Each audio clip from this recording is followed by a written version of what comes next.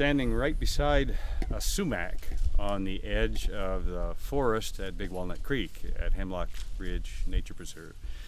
Sumac is one of the characteristically brilliant red fall plants of Indiana. It's not a tree, it's a shrub, but it's related to trees. It's in the same family as the mango.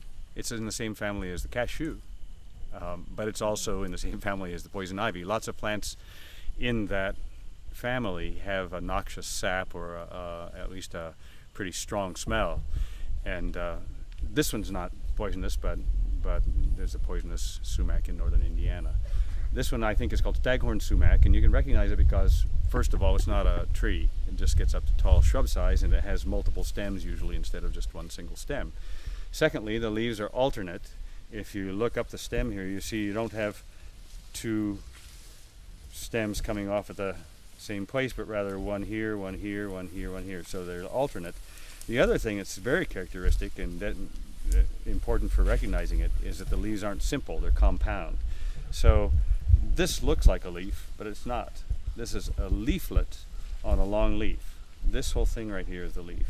As you can see down below, the whole business drops off in fall.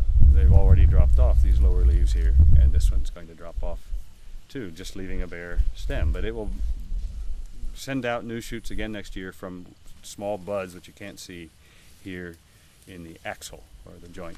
Right? This plant also is recognizable by this bluish coloring. It's what a botanist would call a glaucous coloring. It's like a bluish wax, which you can rub off with your hand. Very characteristic.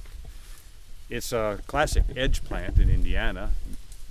Who knows exactly where it was in the native forest, but it must have been in natural openings where it could get more light than under a full canopy. It needs more light to grow than is available in the forest here. Since people in this case have opened up the forest and made an artificial edge, it's here in an artificial situation, you could say. It must have been along riverbanks or along the edges of natural forest blowdowns, things caused by tornadoes, for example, or perhaps fires occasionally. It would be one of the plants that comes up in an intermediate light situation.